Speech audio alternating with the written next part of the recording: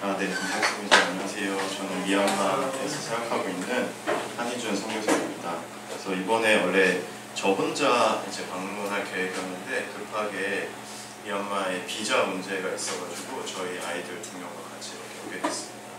선교사들이 이제 선교지에서 살다 보면 비자에 문제가 있는 경우가 많아요. 그래서 최근에 이제 인도 같은 데는 비자 이런 게 좀 힘들어서 선교사님들이 추방되는 경우도 많고 중국도 좀 많이 있습니다. 근데 미얀마는 그동안 괜찮았는데 요즘에 이제 쿠데타가 일어난 이제 좀 1년도 훨씬 넘고 2년 가까이 2년도 넘고 뭐 이렇게 되니까 이제 더 많은 감시와 좀 그런 게 생겼어요. 그래서 이번에 비자 문제가 있어서 저희 미얀마 위해서 기도해 주실 때 이번에 저희 비자 잘 받고 다시 돌아갈 수 있도록 위해서 기도해 주셨으면 좋겠습니다. 그리고 제가 2번째 방문인데 이렇게 다시 와서 너무 감사하고 이렇게 제가 전주까지 초청받아서 같이 말씀 나누게 해주셔서 교회 모든 성도님들께 감사를 드립니다. 네, 오늘 같이 말씀을 나눌 텐데요. 사도행전 12장인데 이제 사도행전이 여러분 이제 성경을 읽다 보면 좀 어렵고 지루하고 뭐 그런 경우들이 많이 있잖아요. 근데 성경은 우리가 사실은 그냥 대충 읽으면 이해하기 쉽진 않아요. 그냥 어떤 문장, 예를 들면 우리와 문화도 다르고 기간도 2000년 전에 훨씬 이렇게 쓰여졌고 그리고 거리도 훨씬 먼 다른 나라, 기후도 다르고 다 다른 나라에서 오래전에 쓰여진 다른 언어로 또 쓰여졌기 때문에 우리가 번역된 성경이 있지만 이거를 그냥 그대로 이해하기는 쉽지 않습니다. 그래서 성경은 조금 공부를 하고 이해하면 훨씬 더 우리가 이게 이런 뜻이었구나, 이게 이런 의미였구나 하는 경우들이 많이 있습니다. 그런 내용들이 이제 우리가 공부를 하다 보면 우리가 말씀을 잘 이해하다 보면 이래서 하나님 말씀은 살아있다는 거구나 그걸 알게 되는 경우들이 많이 있습니다.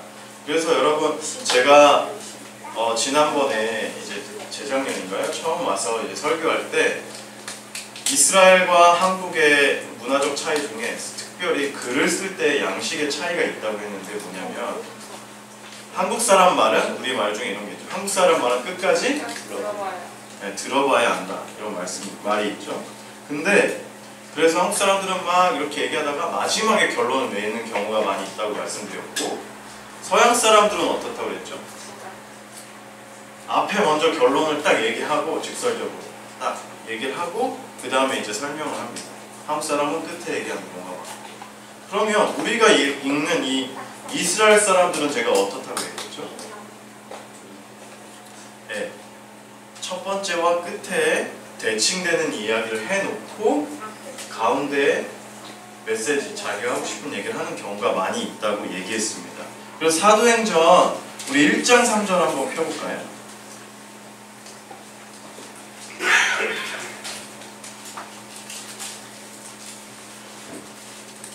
1장 3절 한번 읽어보시겠어요? 시작! 그가 나타나신 후에 또한 그들에게 확실한 많은 증거로 친히 살아계심을 나타내사 40일 동안 그들에게 보이시며 하나님 나라의 일을 말씀하시니라. 네, 여러분 1장 3절에 예수님이 부활하시고 나서 40일 동안 뭐에 대해서 얘기했다고요? 하나님 나라의 일을 말씀했대요. 1장 3절입니다. 그러고 나면 마지막 부분 28장 31절 한번 보시겠어요? 28장 맨 끝에 31절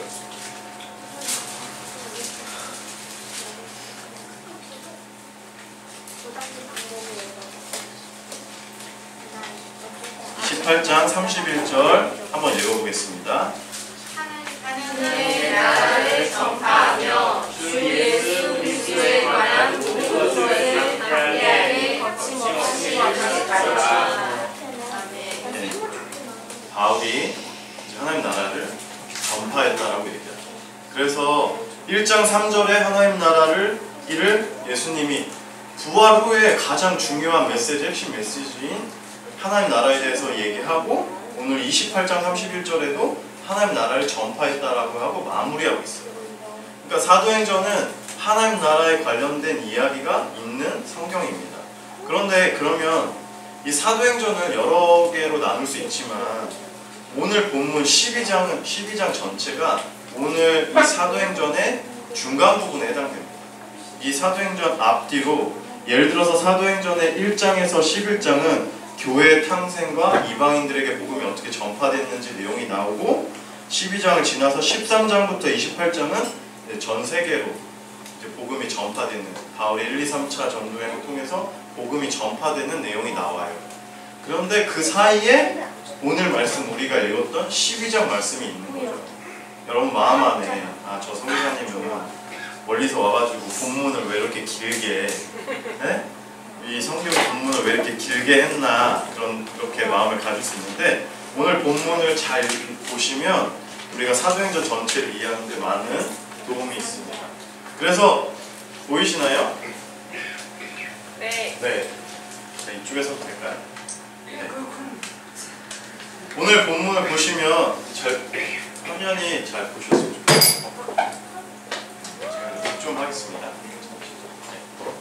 오늘 본문을 보시면 사도행전 12장은 특별히 4개로 나눌 수 있습니다. 제가 아까 전에 이스라엘 사람들은 두 가지 얘기를 대칭하게 놓고 그 다음에 중심에 메시지가 있다고 그랬죠. 오늘 본문을 보시면 어떻죠? 첫 번째 1장에서 5절에 누가 죽어요? 야고보가 죽습니다. 야고보.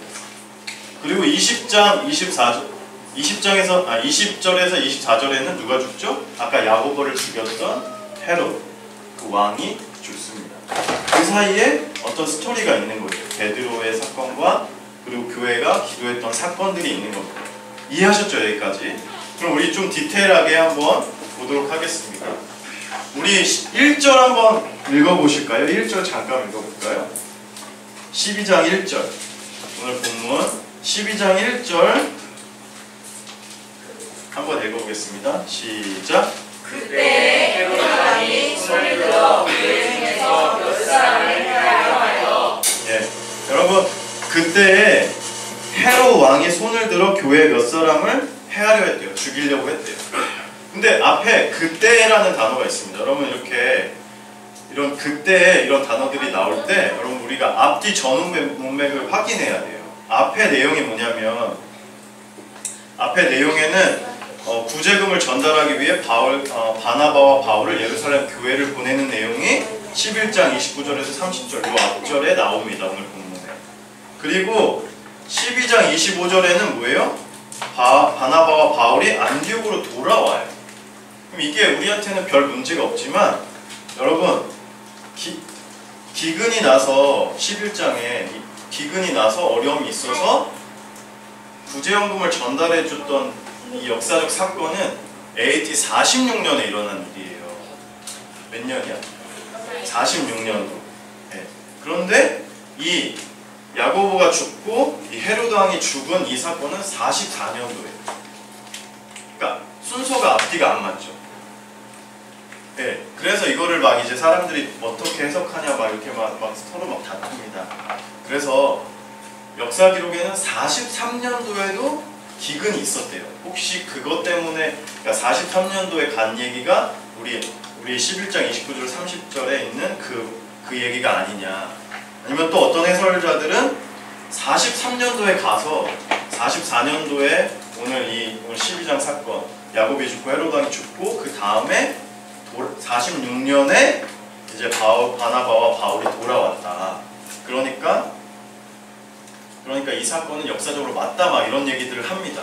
근데 우리가 중요한 거는 성경은 역사 순으로 이렇게 기록됐다기보다는 메시지 하고 싶은 얘기를 중심으로 이제 배열한 경우들이 많이 있어요. 그래서 오늘 12장은 특별히 1장에서 11장 내용과 13장에서 28장 내용을 중간에 놓음으로써 우리에게 주는 메시지가 있다는 거죠. 그래서 저는 이 본문을 역사적 순서 그거와 상관없이 우리에게 주는 메시지가 뭔지 오늘 좀 나누고 싶은 겁니다. 그래서 1장 오늘 본문 보시면 1절 읽었죠? 2절에서 4절 한번 다시 읽어보겠습니다. 앞에 보시고 읽으시겠습니다. 시작! 요한의 형제 야고보를 칼로 죽이니 유대인들이 이 일을 기뻐하는 것을 보고 베드로 저녁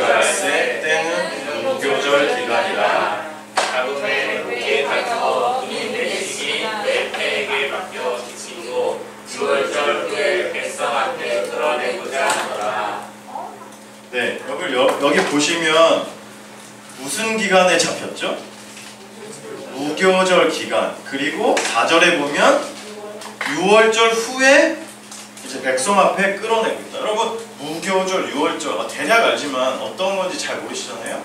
6월절은 아시잖아요. 6월절 역사적 사건이 있었죠. 그래서 우리도 추석이 있잖아요. 그러면 추석 연휴가 있고 추석이 있잖아요. 이게 3일이면 추석은 그 가운데 당일이잖아요. 근데 한번 보시겠어요? 보시면 니산월, 이제 이스라엘 날짜로 1월인데요. 지금 우리 날짜로 하면 3, 4월 정도 해당됩니다. 1월 14일에 저녁 시간부터 여기는 이제 하루를 시작하는 걸로 쳐요. 그래서 첫날이 6월절이에요. 그러니까 14일 저녁부터 해서 해 뜨기 전까지가 하루예요. 그래서 그날이 6월절이고 그 나머지 7일 일곱째 날까지가 뭐예요? 무교절. 그러니까 일주일을 어떤 성경에 보면 우리도 추석에 만나자 이러면 추석 당일만 얘기하는 게 아니고 추석 전날, 추석 연휴를 이렇게 섞어서 쓰잖아요. 이스라엘도 그런 경우들이 많아요. 성경에. 그래서 이 7일을 나타내는 건데 중요한 건 뭐냐면 제가 이 표를 왜 만들었냐면 오늘 베드로가 야고보가 죽고 베드로가 잡혀서 오늘 이제 이 본문에 나오는 시간은 언제냐면 20일 죽기 전날 밤 해진 저녁에 있었던 사건의 내용이에요. 자, 베드로가 잡혔는데 5절 오늘 본문을 잘 이해하는 핵심 구절입니다. 5절 같이 한 번만 읽어보겠습니다. 시작. 이에 베드로는 목에 갇혔고 그에는 그를 위하여 간절히 하나님께 기도하더라. 네, 성도님들 예수님을 잘 믿고 그렇게 했는데 12제자 중에 야고보는 오늘 어떻게 해요? 부자가 되고 땅 많은 부자가 되고 예금이 많아지고 이랬나요? 12제자 중에 첫 번째로 오늘 순교를 당한 사건이 나옵니다. 그리고 또 다른 제자 베드로는 잡혔어요. 잡히니까 오늘 베드로는 옥에 갇혔고 누가요? 교회는 베드로를 위해 기도했다고 내용이 나옵니다. 그래서 이 내용이 나오고 이제 첫 번째 가운데 있는 그럼 베드로는 오늘 어떻게 했냐? 잡혀 있을 때 그 내용이 나옵니다. 그게 6절입니다. 한번 베드로가 잡히고 나서 어땠는지 한번 볼까요? 읽어보겠습니다. 시작. 헤롯이 잡아내려고 하는 그 전날 밤에 베드로가 두 군인 틈에서 두 쇠사슬에 매여 누워 잤는데 사슴들이 문 밖에서 옥을 지키더니. 네. 여러분 베드로는 지금 잡혔고요.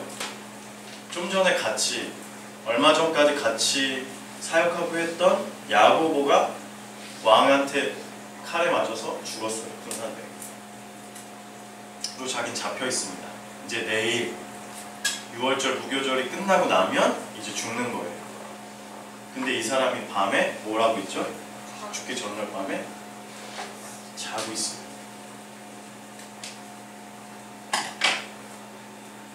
예수님이 군사들에게 잡혀갔을 때 자기는 잡혀갈 거라고 얘기하고 했을 때 예수님한테 나는 절대로 예수님을 버리지 않고 도망가지 않겠다고 했던 그 베드로가 실제 예수님이 잡혀가자 나는 저 사람 모른다. 두 번, 세 번 계집 여종한테도 그런 얘기를 들었을 때 나는 모른다고 하고 예수님이 예언대로 닭이 울죠. 그래서 펑펑 울었던 그 베드로 절대 다 버릴지라도 나는 주님을 버리지 않겠다고 했으나 실제로는 버리고 두려움 가운데 버렸던 그 베드로가 오늘은 잠을 자고 있어요. 어떻게 잠을 잘 수 있었을까요? 많은 사람들이 생각을 하죠. 부활을 실제로 경험했고 그리고 사도행전 초반부에 보면 성령의 이제 임하는 걸 보고 임해서 성령이 충만해지고 그리고 이제 이전에 1장에서 11장에 보면 감옥에서 실제로 풀려난 그런 경험도 있으니까 이제 믿음이 있는 거죠. 저는 근데 여러분, 제가 오늘 이 말씀을 나누고 싶은 건 뭐냐면, 베드로는 이전엔 그렇게 두려움이 많고 했는데 오늘은 어떻게 이렇게 잘 수 있었냐는 거죠. 베드로는 성령도 체험하고 예수님의 부활도 보고 그렇게 감옥에서 실제 어려움과 고난 가운데서도 하나님이 함께 하시는 걸 보고 신뢰하는 거죠. 그분은 실수하지 않는 거예요. 죽을지어도, 야고보처럼 내가 죽을지어도 그분은 신실하신 하나님이시라는 걸 믿은 거죠. 그러니까 감옥에서도 어떻게 해요? 평안하게 잘 수 있었어요. 여러분, 교회를 다니고 우리가 예수님을 믿는다고 하는데 기쁨이 없어요. 이 세상이 알지 못하는 그 평안을 누리지 못하는 사람들이 너무나 많습니다. 근데 베드로는 오늘 자기 죽음 앞에, 실제로 방금 얼마 전에 같이 사역하던 제자 중에 한 명은 죽었고 이제 자기가 죽을 차례인데 이 잠을 잘 수 있는 신비, 이건 세상이 알지 못하는 신비인 것이죠. 여러분, 그런데 이 베드로가 오늘 본문에 보면 어떻게 되죠? 천사의 도움으로 풀려나죠. 옥문이 열리죠. 아까 잘 보셨으면 군사가 몇 명이요? 네, 16명. 4명씩 이렇게. 근데 그걸 문을 넘어서 이제 풀려나는 거죠. 그럼 이제 오늘 베드로는 이렇게 잠을 자고 있었는데 교회는 어떻게 하고 있었는지 우리 한번 볼까요? 이제 베드로가 풀려나고요. 이제 그 교회들이 몰려 있는 곳으로 갑니다. 그래서 보시면 이제 베드로가 문을 두드려요. 그러자 교회들이 어떻게 반응하는지. 아까 5절에 뭐라고 그랬죠? 베드로는 옥에 갇혔고 교회는 그를 위해, 베드로를 위해 기도한다고 했죠. 그 기도, 자기를 기도해줬던 그 교회에 가서 문을 두드리는 겁니다. 자, 우리 같이 5절 한번 볼까요? 15절 한번 볼까요? 그들이 말하되 내가 미쳤다 하나 여자아이는 흉서 말하되 참말이라 하니. 첫 번째 반응이 뭐냐면, 문을 두드리니까 여자 로데라는 여자가, 이제 로데라 하는 여자가 영접하러 나왔다가 이제 베드로인 거 목소리를 안 거예요. 그래서 막 뛰어 들어가가지고 베드로가 왔어요 하니까 그분들이 하는 얘기가 뭐냐면, 네가 미쳤다. 야, 너 미쳤어? 베드로가 어떻게 풀려나? 그렇게 얘기하는 거죠. 두 번째, 그들이 말하되 그러니까 여자아이가 힘써 말하되 참말이라 얘기했죠. 그러니까 두 번째 반응이 나옵니다. 뭐라고요? 그들이 말하되 그러면 그의 천사다라고 얘기해요. 여기서 여러분, 왜 사람들이 기도했던 그 교회 성도들이 야, 진짜 아닐 거고 베드로 천사일 거야 이렇게 얘기했을까요? 왜냐면 이 당시에 수호천사라는 개념이 있었대요, 이스라엘 사람들. 그러니까 수호천사는 언제 있냐면 죽은 이후에. 그러니까 벌써 죽었다고 단정한 거예요. 살아날 수 없다. 근데 뭘 위해 아까 기도했다고요? 베드로를 위해. 이것 때문에 약간 어떤 목사님들은, 아니면 어떤 학자들은 베드로의 순교를 위해 기도했기 때문에 이렇게 보는 분도 있지만 전 그렇게 보지 않아요. 분명히 베드로의 풀려남을 위해 그렇게 기도했을 거고, 근데 실제 풀려났는데 뭐라고요?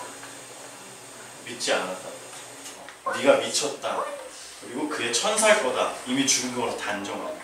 세 번째 반응이 나옵니다. 세 번째 반응 16절에 보시면 같이 읽어볼까요? 베드로가 문 두들기를 그치지 아니하니 그들이 문을 열어 베드로를 보고 놀랐대요. 베드로 보고 놀란 거예요. 베드로를 위해 기도했는데 미쳤다라고 얘기하고 천사라고 얘기하고 놀라는 거예요. 여러분, 오늘 이 본문은 우리에게 극명되게 베드로의 믿음과 교회의 믿음을 대조하는 거예요. 한 사람은 베드로는 옥에 갇혀서 죽음 앞에서 잠을 자고 있고 평안한 가운데, 교회는 그를 위해 기도했지만 실제 그가 하나님이 살려주실 거고 풀려날 거라는 그 기대가 없는 가운데 기도했을 가능성이 훨씬 더 많은 거죠. 그러니까 이렇게 네가 미쳤다, 천사할 거다, 놀라, 이 반응을 보이는 거죠. 여러분, 그래서 저는 우리가 기도를 많이 하는 게 중요하지만 무엇을 위해 어떤 믿음으로 기도하는지가 훨씬 더 중요한 것을 많이 보게 됩니다. 여러분, 전 세계에서 우리나라만큼 기도하는 나라가 없어요. 새벽 기도, 금요 철야 기도. 여러분, 근데 제가 진짜 안타까운 건 뭔지 아세요? 새벽 기도의 기도 제목이 대부분이 훨씬 더 많은 분량이 뭐냐면 예수님이 가르쳐 줬던 그분의 뜻이 이 땅에 이루어지는 그 나라를 위해 기도하기보다 자신의 가족, 자신의 사업, 자녀의 진학 중요하죠. 그게 훨씬 더 많다는 거예요. 그분의 나라를 먼저 구하면 너에게 필요한 것을 다 주시겠다고 하는 그 말씀보다 지금 내 앞에 있는 그 앞에 있는 수능 시험이 더 중요해서 수능 시험을 위해서 뭐 40일, 100일 기도하고 교회에서 좋습니다. 그러나 우리의 기도의 목적과 그런 것이 정말 하나님 나라를 위해 기도하는지 아니면 우리 안전을 위해, 우리 안위를 위해 기도가 더 많이 편성되어 있는지 우리가 돌아봐야 된다는 것이죠. 우리 교회도 기도를 하지만 실제로 하나님을 신뢰하지 않는 모습 속에 베드로가 실제 살아 돌아왔는데 놀랐다는 거죠. 그래서 오늘 이 본문은 이 베드로와 베드로를 위해 기도했던 교회들의 모습을 대조하면서 우리에게 메시지 주는 거죠. 너희가 고난과 어려움 속에 너희는 어떻게 반응하는가? 평안함 속에 자고 있는지, 자고 있어도 하나님을 신뢰하는 자, 기도하고 있어도 신뢰하지 못하는 이 두 극명한 사건을 통해서 우리에게 메시지를 주는 거죠. 그리고 이제 네 번째 사건이 오늘 이 헤롯 왕이 죽는 사건이 나옵니다. 여러분, 21절, 22, 23절 한번 같이 읽어볼까요? 22, 23, 21에서 23절 한번 같이 읽어보겠습니다. 20절, 21절, 22절 한번 읽어보겠습니다. 같이 읽겠습니다. 헤롯이 베드로와 시돈 사람들을 대단히 두려워하니 그들의 세상이 왕국에서 나는 양식을 먹는 까닭에 한마음으로 그에게 나와 왕의 침소 같은 진화 블라스도를 설득하여 왕복하기를 원하는지라.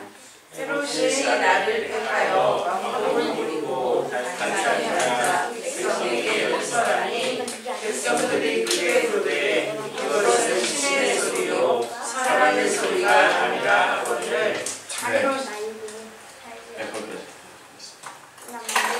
자, 오늘 첫 번째 사건이 아까 야고보가 죽었던 사건이고, 두 번째 사건이 베드로가 옥에 갇혔다가 잠을 자고 있는데 천사가 깨워서 풀려났고, 세 번째 사건이 교회들이 기도했는데 믿지 않고 놀라고 막 이런 세 가지의 부정적인 반응을 보였고, 네 번째 사건이 오늘 본문입니다. 지금 방금 읽은 내용입니다.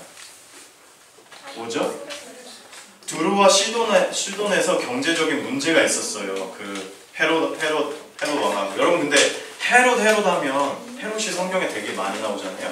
예수님 당시에 이제 아이들을 다 학살시켰던 그런 헤롯 대왕이고, 그의 손자가 오늘 헤롯 아그리파 1세, 오늘 나오는 왕은 다른 왕이에요. 그래서 이제 헤롯 아그리파 1세가 아까 야고보를 죽였고 오늘 본인이 죽는 내용인데, 그래서 두로와 시돈하고 문제가 있었는데, 두로하고 시돈하는 그 지역은 헤롯 대왕이 이제 경제권이나 이런 걸 다 이제 왕이니까 갖고 있으니까 잘 보일 수밖에 없었어요. 그래서 오늘 말씀해 보면 막 그 왕을 되게 높이죠. 다 높여주죠. 그렇게 왕에 대해서 그렇게 높여줬는데 백성들이 크게 이르되 이것은 신의 소리요 사람들의 소리가 아니다 라고 헤롯 아그리파 1세를 높여줬는데, 그때 헤롯 왕이 그거를 하나님께 영광을 돌리지 않고 어떻게 해요? 그냥 즐기는 거예요. 그랬더니 23절 같이 읽어보겠습니다. 시작. 헤롯이 영광을 하나님께로 돌리지 아니하므로 주의 사자가 본친이 벌레에게 먹혀 죽으리라. 벌레에 먹혀서 헤롯이 죽게 됩니다. 요세푸스라는 사람이 있는데요. 유대 전쟁사, 고대 전쟁사 이런 걸 쓴 사람입니다. 기독교인이 아니에요. 그래서 객관적인 기록을 이렇게 많이 남겼습니다. 예수님의 이야기도 나오고 그렇습니다. 근데 오늘 이 사건을 역사책에 기록했어요. 근데 이 사건을 뭐라고 기록했냐면 신이라고 하는 칭송을 부인하지 않고 있다가 격렬한 고통에 실려갔고 5일 후에 갑자기 아까 그 칭송했을 때 하나님께 영광을 돌리지 않으니까 즉각적으로 몸에 반응이 와서 아파했고 5일 뒤에 죽었다고 기록에 남아있습니다. 예수를 믿는 사람이 아니에요. 성경과 관련 없는 요세푸스라는 사람이 그거를 기록했습니다. 아마도 많은 사람들은, 학자들은 기생충에 하나님이 어떤 기생충을 이용해서 이제 고통을 줘서 죽지 않았을까라고 생각합니다. 그런데 그때 그렇게 벌레에 물려서 벌레를 통해 죽었다는 건 되게 수치스러운 사건이거든요. 이 사건을 통해 우리에게 주는 메시지가 있습니다. 뭐냐면 야고보를 죽였던 이 헤롯 아그리파 1세가 그 당시에 큰 권력을 가진 왕이라고 생각하지만 벌레 하나에도 하나님이 일하시면 그 왕도 심판하실 수 있는 분이시고 이 땅의 실제 왕은 누구라는 걸 우리에게 보여주는 거죠. 헤롯 아그리파 1세가 아니고 하나님이십니다. 이 땅을 통치하시는 분은 그 왕, 의기양양해서 제자 중에 한 명을 죽였지만 실제 하나님이 역사하시면 그 왕도 벌레 하나에 죽을 수밖에 없는 피조물에 지나지 않는다는 것을 우리에게 보여준다는 거예요. 여러분, 이런 사건들이 인생에 너무나 많이 있습니다. 여러분, 우리가 볼 때 러시아, 우크라이나 그 막강한 권력을 가진 푸틴, 미국 대통령, 우리나라 대통령 막 이런 대통령들이 되게 높아 보이고 하지만 실제 그런 대통령이나 현재 전 세계를 통치하는 그런 사람들 위에 누가 계시다는 것을 하나님이 계시다는 거예요.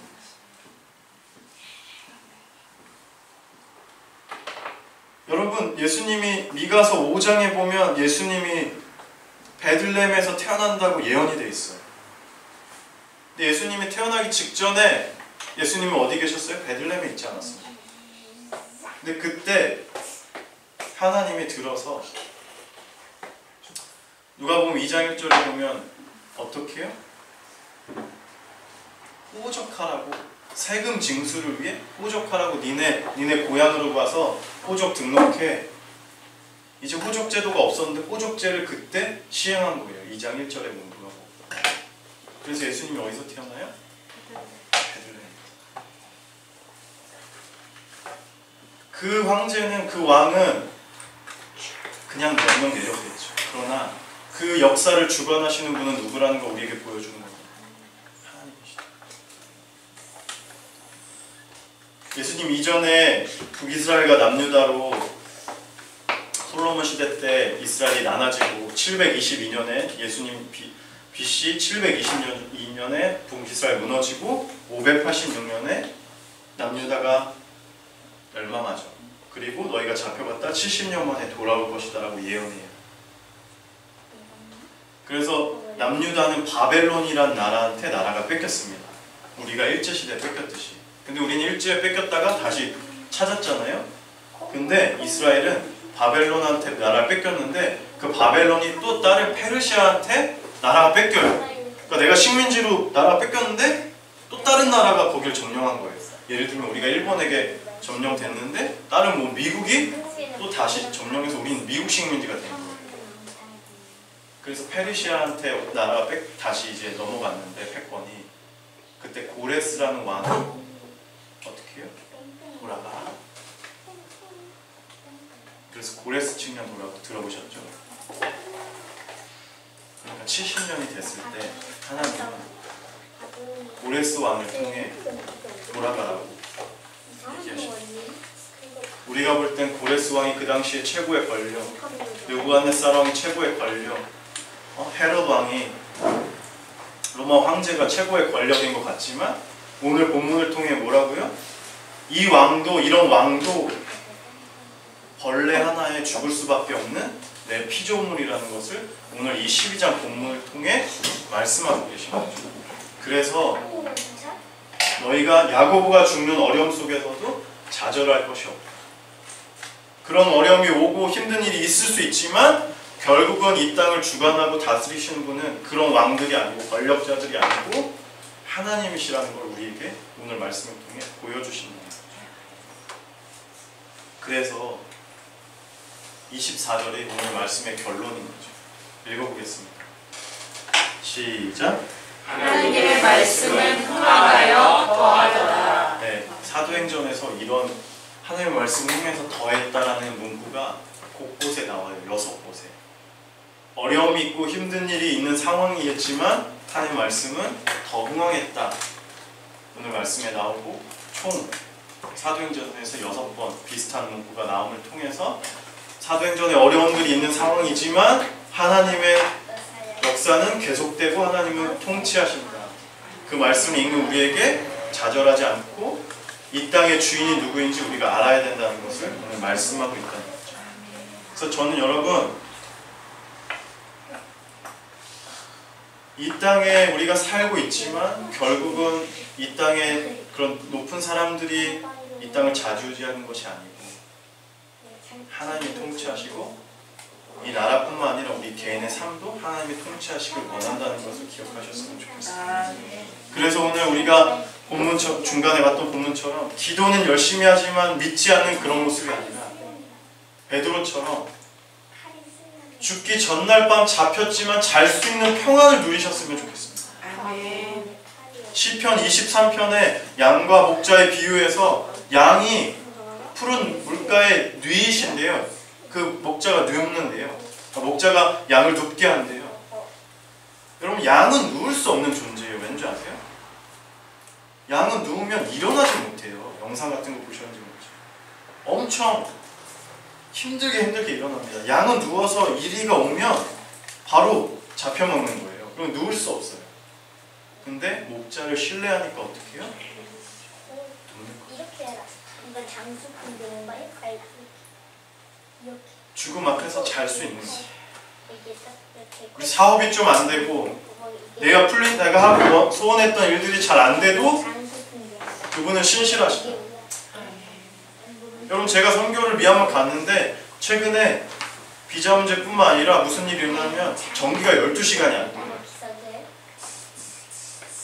하나님 날 여기 보내셨고 하나님은 살아계십니다. 다 불교예요. 우리는 교회 이렇게 가다 보면 교회 십자가가 보이지만 불교 사원입니다. 그러나 하나님은 이 땅을 다스리십니다. 하나님이 이 땅을 사랑하십니다. 우리가 어려움 속에도 그 누리는 그 평안을 저는 누리셨으면 좋겠습니다.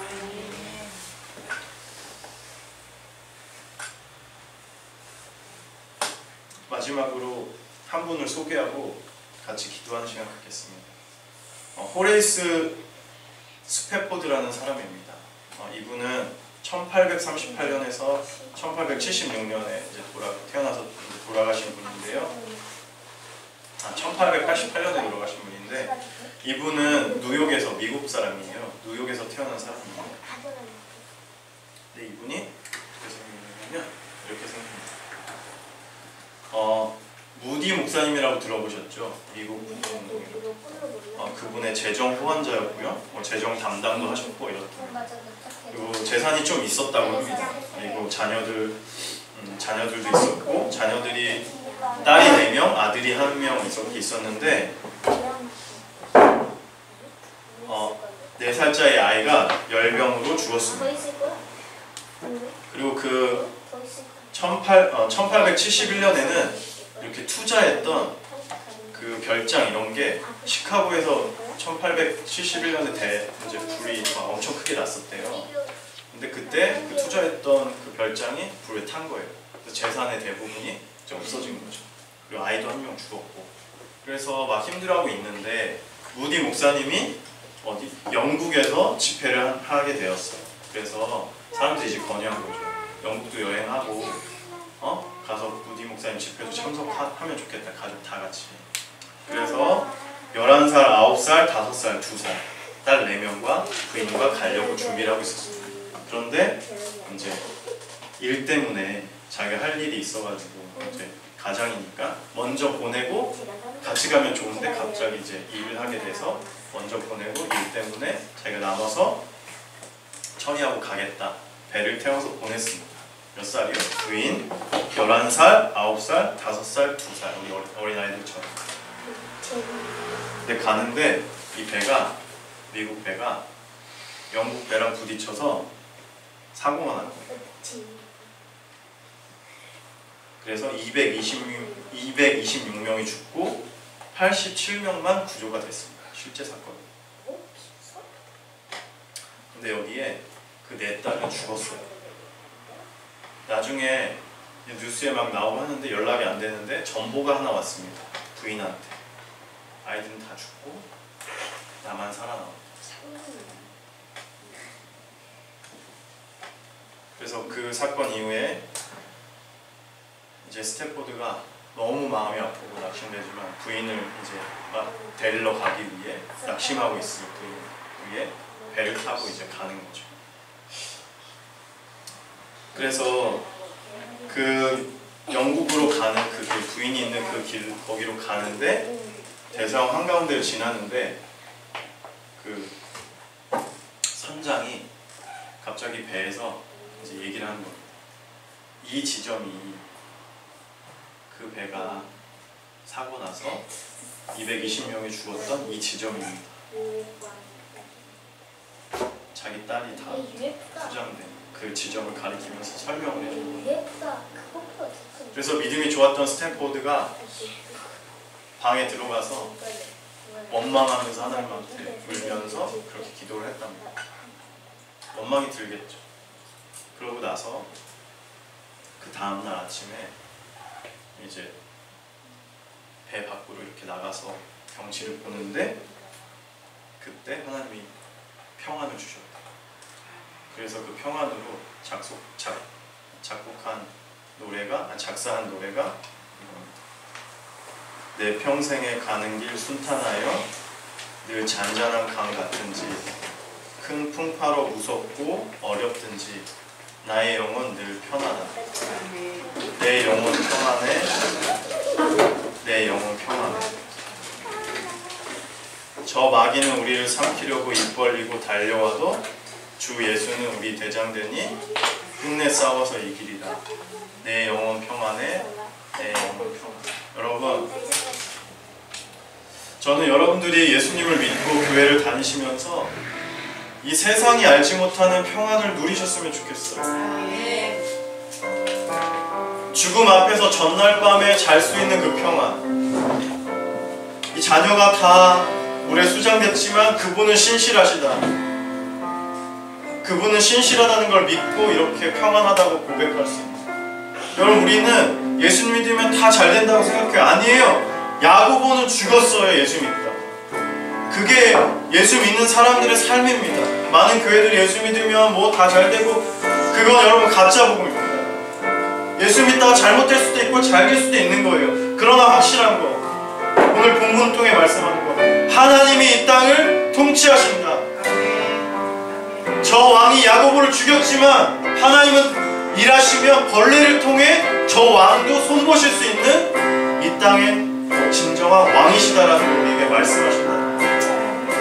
2000년이 지난 지금도 마찬가지입니다. 우리에게 어려움이 있고 힘든 일이 있을 수 있지만 우리가 의지할 신실하신 하나님, 그분이 지금도 왕이시고 우리를 사랑하시고 통치하신다는 것을